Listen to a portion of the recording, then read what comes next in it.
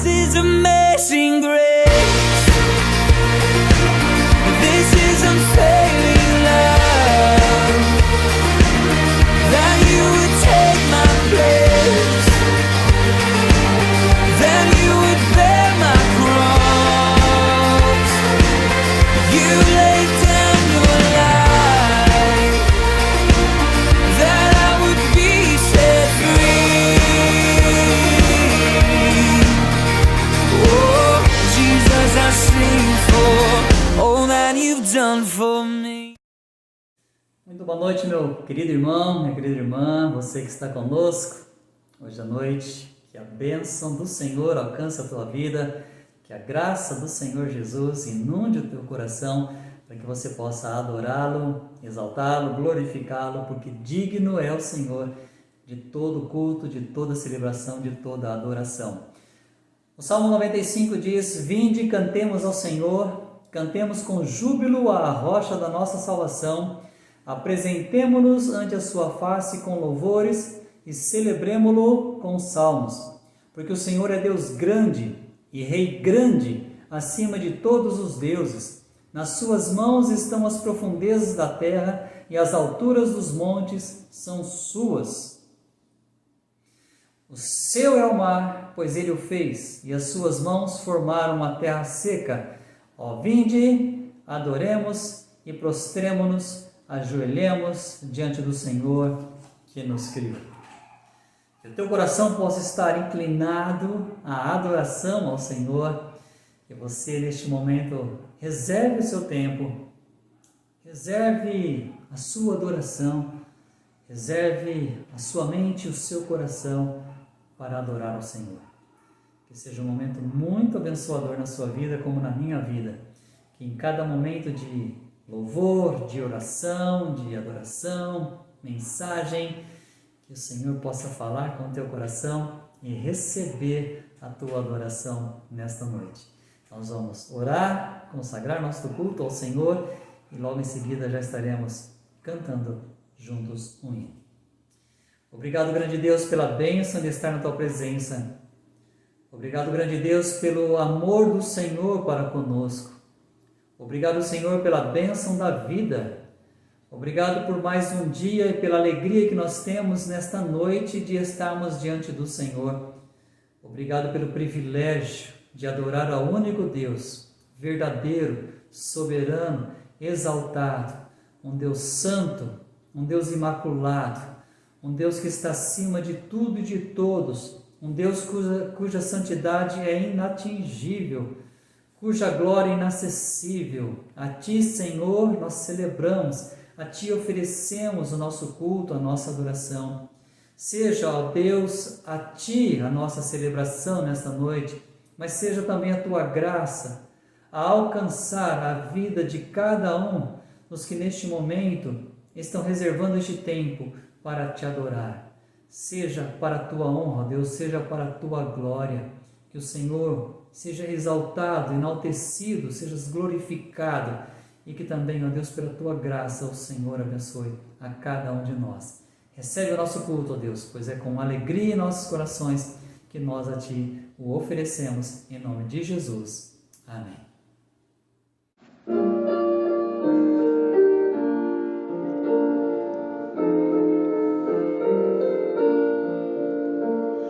Chuva de bênçãos teremos, é a promessa de Deus. Tempos benditos veremos, chuvas de bênçãos dos céus, chuvas de bênçãos dos céus. Gotas somente nós temos, chuvas rogamos a Deus. Chuvas de bênçãos teremos, vida de paz e perdão. Os pecadores indignos, graça do céu obterão.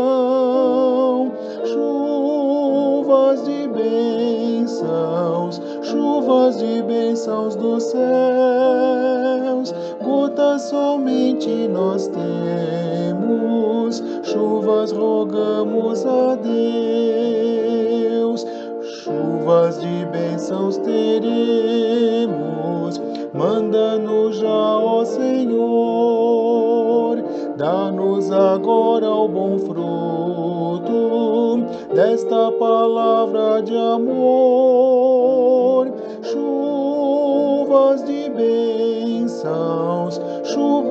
bênçãos dos céus, gotas somente nós temos, chuvas rogamos a Deus.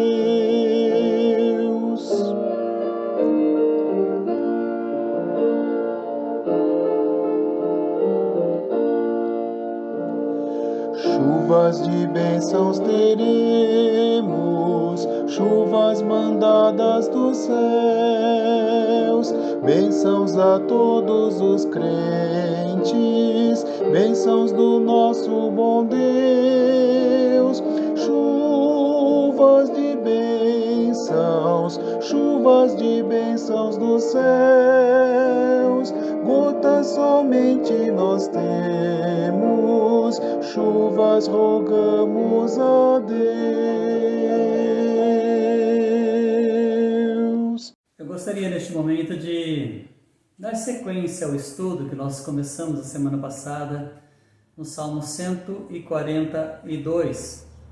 Nós compartilhamos a semana passada das duas situações em que este salmo ele pode ser compreendido. Uma na perspectiva daquele que escreve, relatando a sua própria experiência, no caso Davi, na caverna, e outra na perspectiva daquele que viveria isso, ainda muito tempo depois da composição deste salmo, na perspectiva do Messias, o Senhor Jesus, a sua vinda, a sua vida e a sua morte. E eu gostaria que você pudesse abrir a sua Bíblia para nós caminharmos juntos nesta meditação desta noite, nessa perspectiva hoje do Messias, como este salmo ele compreende a vida do Messias. O verso 1 do salmo ele já nos traz algo bastante importante, porque você vai ver um sentimento de que alguém está diante de Deus expondo o seu próprio coração. Alguns eles dão um tema para este salmo como sendo o salmo do lamento, ou um salmo de lamento. Outros já dizem que este é um desabafo, o salmo de um desabafo. Eu entendo que talvez essa segunda perspectiva ela seja mais aplicada ao salmo, porque você vai ver que tanto o salmista como na perspectiva do Messias, na compreensão de um salmo messiânico, você vai ver que há uma exteriorização de um sentimento profundo da alma, um sentimento que você vai ver de um clamor de socorro, de alguém que vivia uma angústia, isso tanto da parte de Davi quanto da parte do Messias. Então eu entendo que não seja um salmo de lamento, eu entendo que seja um salmo de um momento de intimidade entre aquele que está sofrendo e um sentimento de solidão, como nós dissemos na semana passada, e um sentimento de angústia na alma, para com aquele que pode ouvir o seu clamor, para com aquele que tem a solução para o seu problema. E na perspectiva de hoje eu queria considerar aquilo que Jesus ele nos deixa como exemplo. Aquilo que o Salmo ele é aplicado ao Messias. O verso 1 ele já vai dizer: em alta voz clamo ao Senhor, em alta voz suplico ao Senhor as suas misericórdias. Quando nós entendemos que o salmista está clamando por misericórdia, nós sabemos que é uma necessidade particular, é uma necessidade pessoal. Embora alguns atribuem este texto ao momento em que Jesus já está no Hades, ou no Sheol, essa palavra hebraica, já está morto, naquela experiência que ele vive ali, depois da sua morte, entre a sua morte e a sua ressurreição. Mas eu entendo que todo este salmo ele vai ser mais devidamente aplicado naqueles momentos que precedem a cruz, naquele momento da sua via crucis, no momento da sua crucificação, no momento do Getsemane, quando Jesus está clamando, e no seu clamor você vai ver que ele derrama, ele sua sangue, quando o seu suor torna-se em grandes gotas de sangue. Um momento de extrema aflição do Messias, que morre não pela sua própria condição, ele morre em favor dos nossos pecados, da nossa aflição, da nossa condenação. Quando o Salmo ele já começa dizendo que ele está clamando ao Senhor, é o que você vai ver em Jesus. Seja no Getsemane, seja na cruz, seja nos momentos de julgamento, a sua referência é sempre o Pai. A sua angústia é sempre direcionada ao Pai. O seu clamor é dirigido ao Pai. Jesus ele não desabafa com os seus discípulos, apesar de pedir a eles que orem por ele, por aquele momento angustiante. Você vai ver que Jesus ele não derrama a sua angústia, a sua ira, o seu desgosto contra aqueles que o prendem, contra aqueles que o julgam, contra aqueles que o crucificam, contra aqueles que o matam. Ele não derrama sua queixa contra estes. Jesus não começa a amaldiçoá-los. Jesus não começa a desferir palavras de maldições contra estas pessoas. Jesus, pelo contrário, ele abre o seu coração ao Pai. Algo que já é tão precioso nesse texto, que tanto você quanto eu precisávamos parar para aprender com Jesus. Porque muitas vezes conhecemos a Bíblia, conhecemos os ensinamentos de Jesus, mas quando na prática há uma distância muito grande entre o que é ensinado, entre o que nós conhecemos e o que nós vivemos. A primeira lição que eu tenho deste texto: clame ao Senhor. O verso 2 ele vai dizer: derramo diante dele a minha queixa, a ele apresento a minha angústia. Clamar a Deus, suplicar por misericórdia, como está no verso 1, é um ato de um coração angustiado, é um ato de uma alma ansiosa, é um ato de alguém que convive com solicitudes, com dificuldades, com tribulações que afetam a alma, e sejam tribulações que advenham de uma ordem física, de uma ordem interpessoal, de relacionamentos, sejam familiares, sejam profissionais, sejam sociais, seja contra irmãos, seja na igreja, seja no trabalho, não importa a origem da sua angústia. A questão é o que você fará a despeito dela, a quem você vai apresentá-la. O verso 2, se na ótica do Messias você compreende, ela dá uma perfeita alusão àquilo que Jesus vive, do Getsemane ao sepulcro. O tempo todo, Jesus se aplica em direção à vontade de Deus. A alma, o espírito, a angústia de Jesus, ela é apresentada ao Senhor. Pode ver, do Getsemane ao túmulo, Jesus está diante do Pai. As suas palavras mais profundas, os sentimentos que envolvem o coração, a alma de Jesus, eles são expostos, não é? Esses sentimentos a Deus, ao Pai. O verso 3, ele traz algo muito precioso, e eu fiz menção de como está na edição NTLH, nova tradução linguagem de hoje, a semana passada, onde na NTLH vai dizer: quando estou desistindo, Ele sabe o que devo fazer.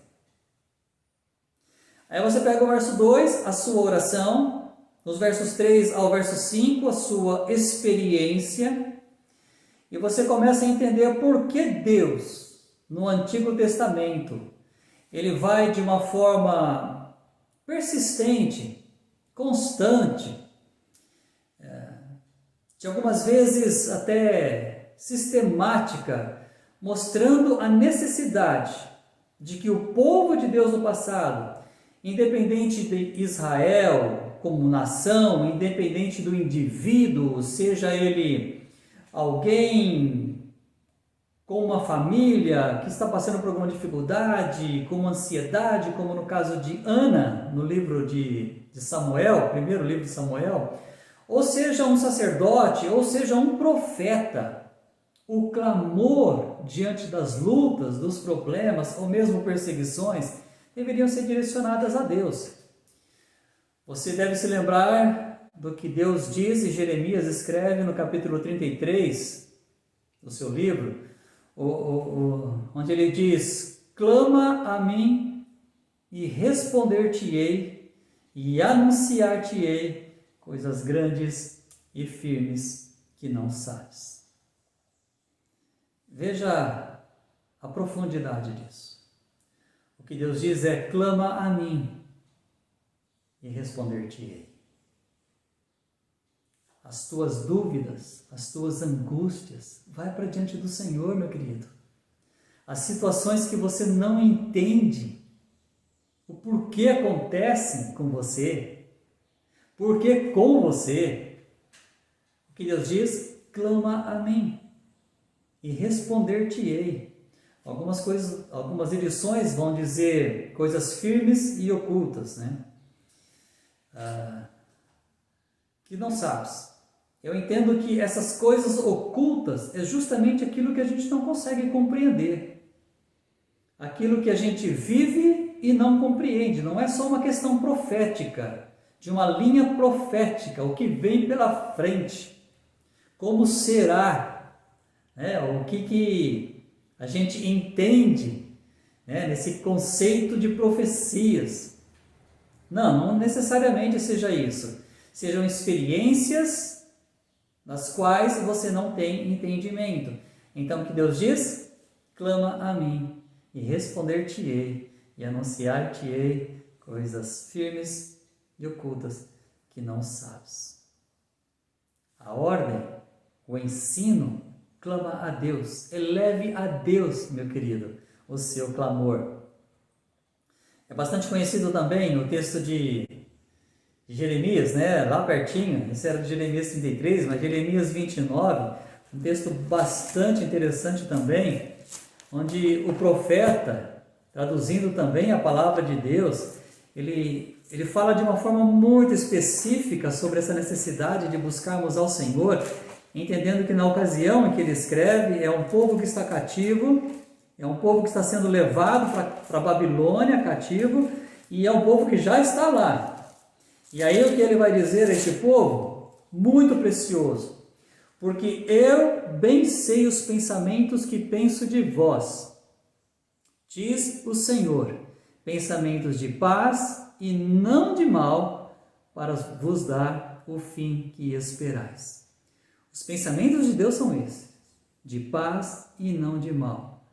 Por que o povo estava na Babilônia? Porque o povo abandonou a Deus.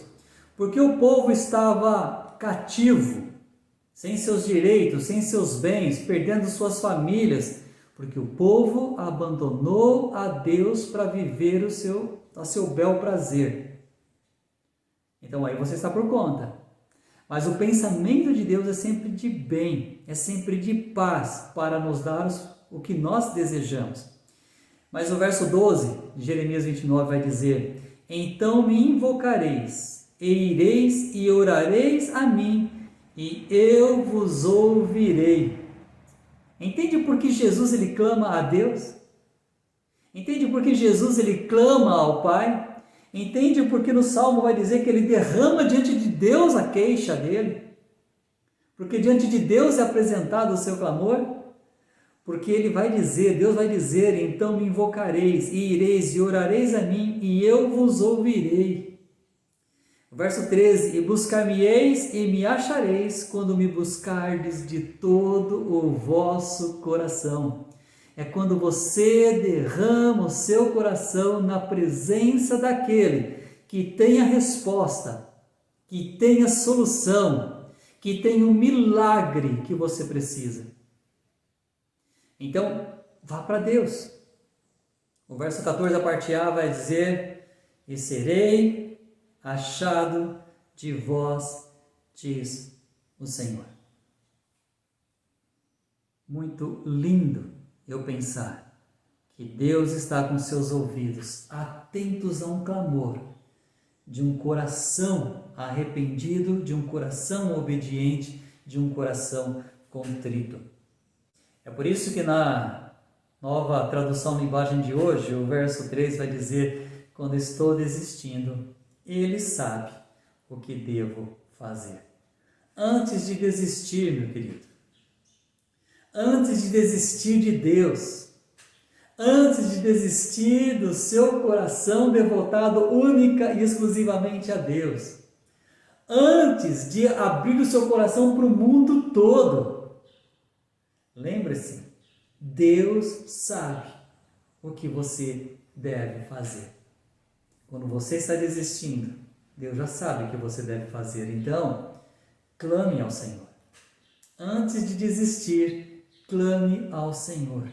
Busque ao Senhor. E é assim que Jesus, no Getsemane, antes de desistir, ele vai buscar a Deus. Pai, se possível, passa de mim este cálice. No entanto, não seja a minha vontade, mas a tua. Ou seja, quando ele estava desistindo, Deus sabia o que ele, Jesus, deveria fazer. Como é lindo pensar que eu vou clamar por uma liberdade de um sentimento angustiante, para me restaurar, não simplesmente de uma prisão de uma caverna, mas da prisão de um sentimento, que eu permito que aprisione a minha vida, o meu pensamento, o meu coração.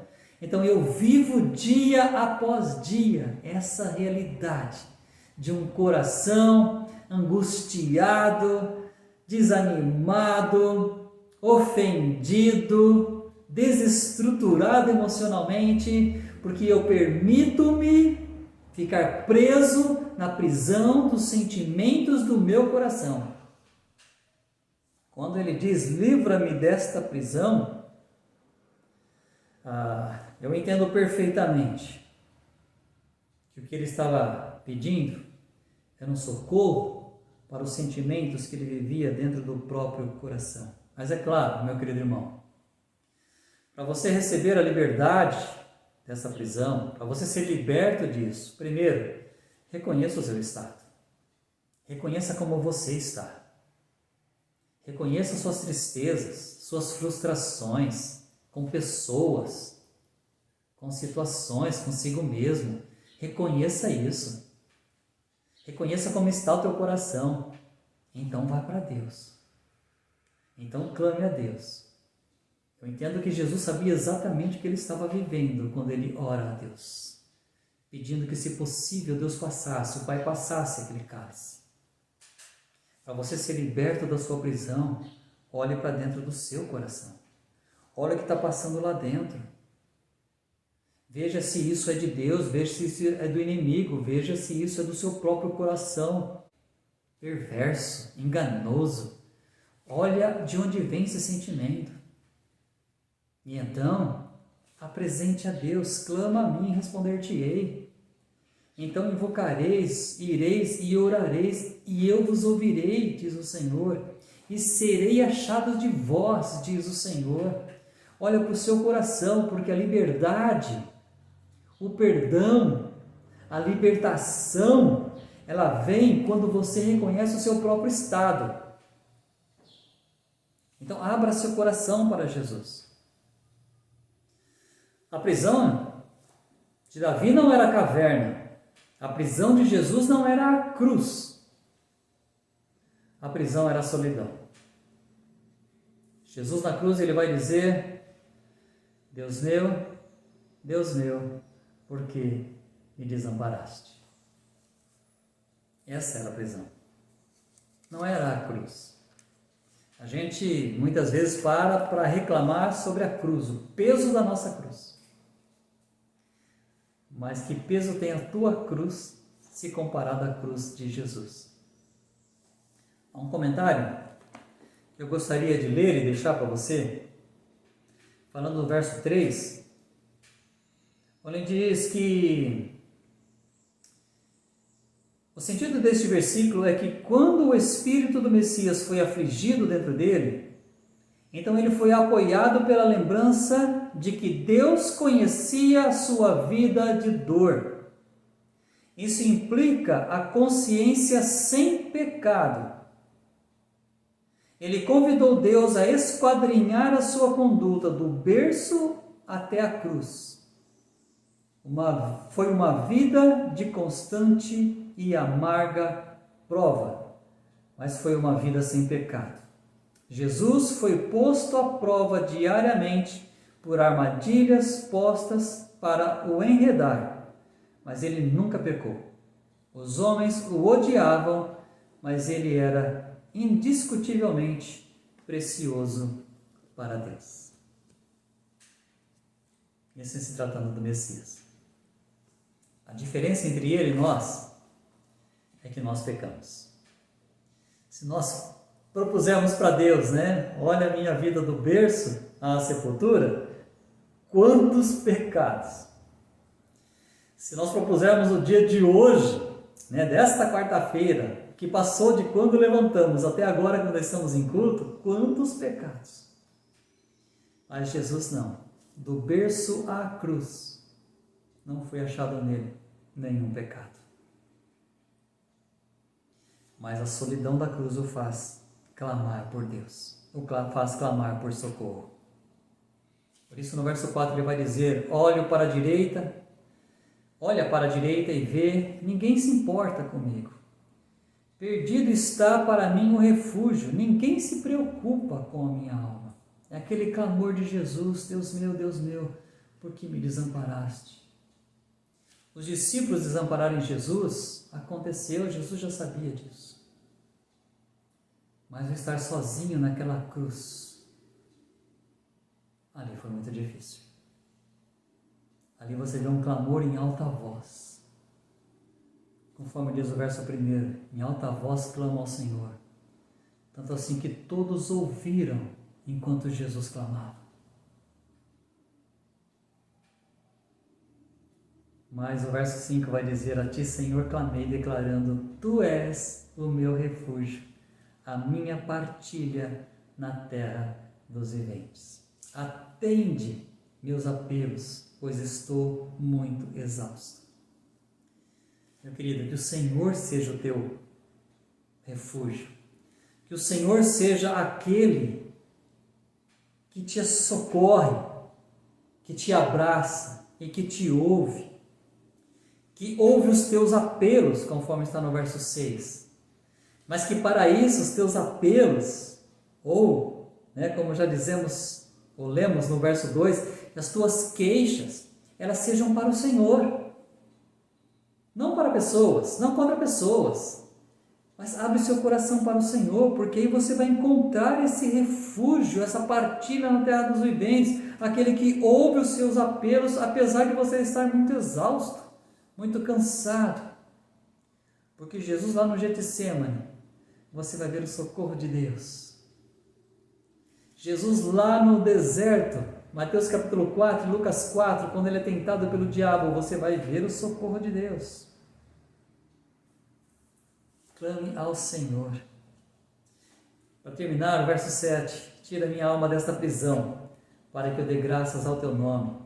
Então os justos me rodearão por causa da tua bondade para comigo. Numa outra edição vai dizer: tira minha alma da prisão, para que louve o teu nome. Os justos me rodearão, mas tu és o que me fizeste bem. Que as pessoas tenham prazer em estar com você. Que os justos tenham prazer em conviver com você. Que as tuas palavras sejam abençoadoras. Mas que para isso Deus te tire dessa prisão de angústias. Quando você reconhecer o teu próprio estado, derramar as tuas queixas, os teus apelos ao Senhor e deixar que Ele te resgate desta prisão. Só para concluir, Davi, ele deixou o exemplo. Jesus, ele deixa um ensinamento. É bem verdade que quando você anda com seu mestre, você aprende observando e você aprende ouvindo. Olhe para Jesus.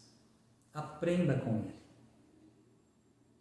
Em Hebreus capítulo 4, vai dizer que nós temos um sacerdote que conhece as nossas lutas. Ele sabe pelo que passamos, ele sabe das nossas aflições. Eu quero ler a passagem para você, só para concluir essa mensagem, esse estudo, esse devocional de hoje à noite. Ele vai dizer: portanto, visto que temos um sumo sacerdote que penetrou nos céus, Jesus, o Filho de Deus, retenhamos firmemente a nossa confissão, porque não temos um sumo sacerdote que não possa compadecer-se das nossas fraquezas, porém um que, como nós, em tudo foi tentado, mas sem pecado. Cheguemos, pois, com confiança ao trono da graça, para que possamos alcançar misericórdia e achar graça para sermos ajudados em tempo oportuno. Entende? O sacerdote, esse Jesus a quem você pode derramar o seu coração, derramar a sua queixa, os seus apelos, ele sabe perfeitamente o que você sente, porque ele passou por tudo isso. A diferença é que ele não pecou, mas ele compreende a sua condição. Por isso, vai dizer o autor da Epístola aos Hebreus: chegue com confiança ao trono da graça.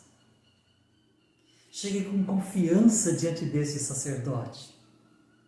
Apresente a ele a sua alma, aquilo que te aflige, aquilo que te aprisiona.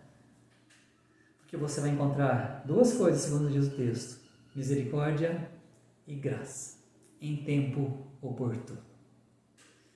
Maravilhoso pensar assim. Jesus, ele não só nos deixa o exemplo, mas o ensinamento. Então, siga o Mestre, aprenda com ele e viva o que ele te ensinou. Que Deus aplique esta palavra ao teu coração. Nós vamos cantar agora um hino, tem como base, como letra, como inspiração, o Salmo 142. Faça deste hino a tua oração e cante ao Senhor.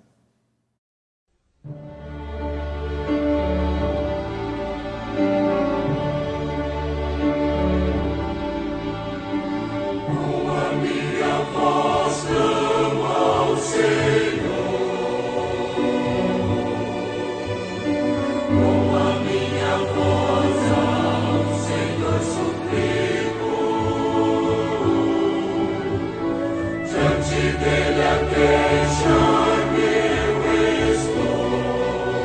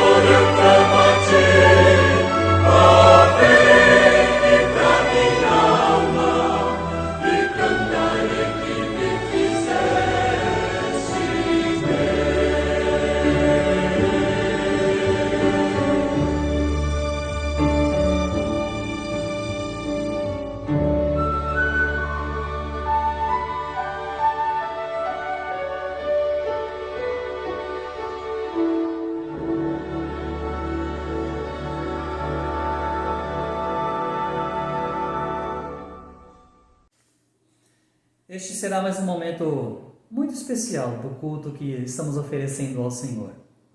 Um momento de adoração, mas em oração.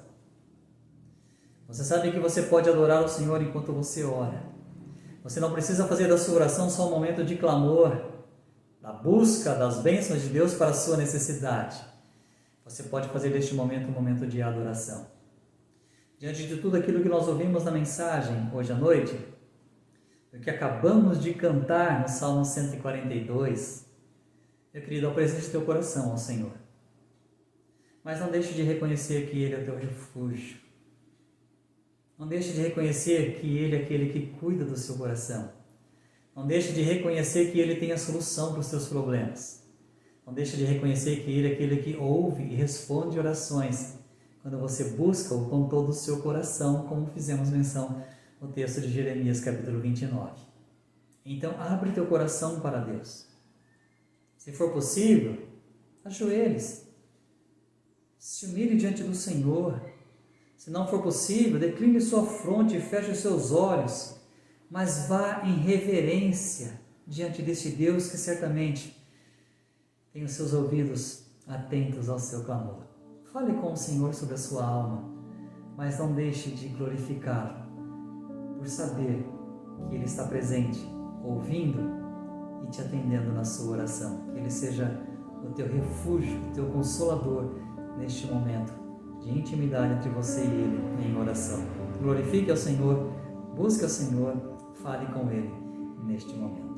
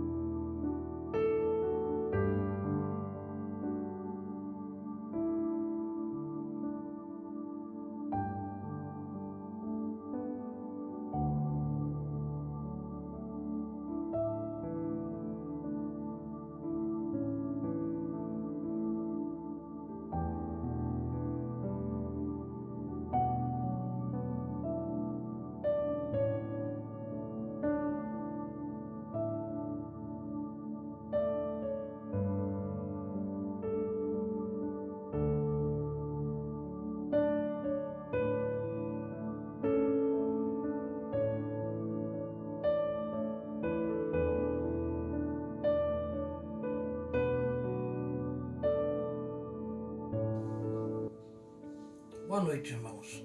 Vamos encerrar esse momento de oração juntos. Deus, nós te louvamos pela tua santidade, nós te louvamos, ó Deus, porque tu és Deus, tu és refúgio, tu és fortaleza, tu és socorro presente na angústia. Nós te louvamos, ó Deus, pela tua bondade, pela tua misericórdia. Nós te louvamos, ó Deus, porque pela tua graça, pelo teu favor em nossas vidas. Te pedimos, ó Deus, em nome de Jesus, que tu abençoes esse grupo de irmãos que ora conosco neste momento, suprindo-lhes nas suas ansiedades, nas suas necessidades, visitando, ó Deus, o coração de cada família, de cada cônjuge, de cada casal. Visita, ó Deus, o coração da juventude da nossa igreja. Visita, ó Deus, o coração e o ministério de cada pastor da nossa igreja. Visita, ó Deus, os teus servos, a obra, Deus, que eles realizam. Supra-lhes, ó Deus, nas suas necessidades, nas suas ansiedades. Visita, ó Deus, a nossa nação. Tenha misericórdia do nosso país. Abençoa-nos, ó Deus, nesse momento de pandemia. Ajuda-nos, ó Deus, nesse momento a superar as dificuldades que nós estamos passando. E abençoa, Deus, a vida de cada família da nossa igreja, suprindo-lhes em nome de Jesus. Amém. Salvador,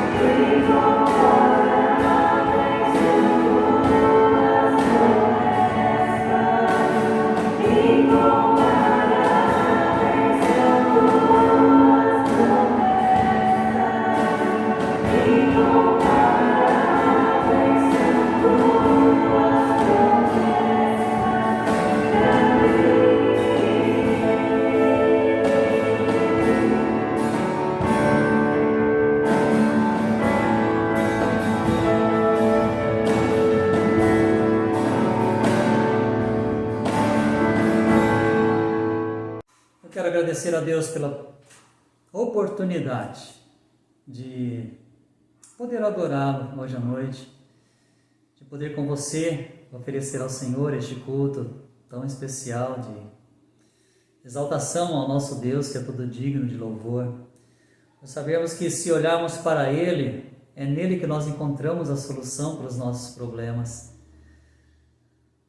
O refúgio, nos nossos momentos de angústia, o bálsamo para as nossas feridas, a paz para as nossas tribulações, a alegria para as nossas tristezas. O profeta Isaías, no capítulo 45, verso 22, Deus diz: olhai para mim e sereis salvos, vós todos os termos da terra, porque eu sou Deus e não há outro. Meu querido, não se esqueça disso. Guarde este texto, Isaías 45, verso 22. Guarde este texto para o seu coração. Olhe para o Senhor, porque Ele é Deus, não há outro. Então, a salvação, conforme disse o texto, seja dos nossos próprios sentimentos, seja dessas prisões nas quais nos encontramos às vezes, a salvação vem do Senhor. Olhe para Ele. Nós damos graças ao Senhor pelas respostas de muitas de nossas orações, louvado seja Deus por isso. Eu quero também agradecer a Deus por você que tem se dedicado em orar, seja por minha vida, seja pela vida dos nossos irmãos enfermos, seja pela vida da igreja, seja pela nossa cidade, pela sua cidade onde você está, o nosso país. Não deixe de orar. Ore, porque você sabe que o poder da oração está naquele a quem você dirige a sua oração. Então fale com esse Deus Todo-Poderoso. Eleve a Ele o teu clamor. E saiba que seja o teu problema de ordem pessoal, emocional, algo que só você esteja vivendo, só você e Deus saiba, ou seja um problema de ordem social, é Deus quem tem a solução. Sempre esteja diante dele. No próximo domingo às 19 horas, se Deus permitir, nós estaremos na nossa igreja, Batista da Esperança, aqui em Americana, cultuando a Deus presencialmente, mas estaremos também transmitindo o culto pelo Facebook, pelo meu Facebook. Se você não pode estar na igreja, você pode acompanhar, participar, cultuar a Deus pelo Facebook, pela transmissão do culto. Mas não deixe de estar diante do Senhor. Ore para aqueles que estão enfermos, ore para aqueles que precisam de Deus, ore para aqueles que estão afastados, desmotivados, ore para que Deus realmente tenha misericórdia deles. Ore para aqueles que estão se afastando de Deus, que permitiram que esse tempo de pandemia fosse um tempo de esfriamento. Que Deus tenha misericórdia deles também. Não deixe de falar com Deus sobre as pessoas que você sabe precisam do Senhor. Nós vamos orar e já estaremos encerrando o nosso culto. Obrigado, grande Deus, pelo privilégio de estarmos com o Senhor neste tempo. Muito importante para nós, ó Deus. Temos um tempo com o Senhor, em que podemos te adorar, em que podemos te exaltar, em que podemos oferecer ao Senhor o nosso louvor, em que podemos ouvir a Tua voz, em que podemos falar contigo. Muito obrigado, ó Deus, que tempo tão especial. Eu quero te agradecer, ó Deus, pela bênção da vida. Agradecer porque Tu és um Deus que, apesar de estar acima de tudo e de todos, entronizado nos céus dos céus, mas Tu estás também em nosso coração, aqui presente, ouvindo a nossa oração, recebendo a nossa adoração. E queremos sim, ó Deus, que haja prazer da parte do Senhor em nossas vidas e que nós também tenhamos prazer em Te seguir, em aprender, em viver aquilo que o Senhor nos ensina. Que haja prazer em ler a Tua palavra, que haja prazer em momentos de oração, de intimidade com o Senhor. Desperta isso em nossos corações, ó Deus. Desperta isso no coração do Teu povo, porque nós precisamos do Senhor. E sabemos que a solução está no Senhor. E sabemos, ó Deus, que o Senhor se compraz nesses momentos de intimidade. Desperta isso em nossos corações, ó Deus, para que o Senhor seja exaltado. porque grandes são as bênçãos que temos recebido do Senhor, sobre todas elas a salvação, a esperança eterna da nossa salvação. É tão bom sabermos, ó Deus, que nada, nem ninguém pode tirar a nossa salvação que é garantida em Jesus Cristo. Como é bom sabermos que estamos nas mãos do Senhor. Quem jamais pode nos tirar dali? Como é bendito saber disso, ó Deus. Obrigado, Senhor Jesus, por nos trazer à memória estas realidades, por nos ensinares, por teres pregado isso e nós podemos acreditar nas tuas palavras. Obrigado por essa esperança que nós temos em Ti, ó Senhor Jesus. Obrigado ao Espírito Santo de Deus por clarear a nossa mente, por nos trazer a compreensão dessas verdades benditas. Que o Senhor, ó Deus triuno, seja grandemente adorado. A Ti levamos a nossa adoração, a Ti consagramos o nosso culto, a nossa vida, e queremos, ó Deus, que nos momentos que se seguem, possamos continuar Te adorando, porque o Senhor é digno o tempo todo de ser adorado. A Ti a nossa adoração, o nosso louvor, o nosso culto, no bendito nome de Jesus, o nosso Salvador. Amém. Que o Senhor te abençoe, meu querido irmão. Tenha um final de semana vitorioso, em nome de Jesus. This is amazing grace. This is unfair.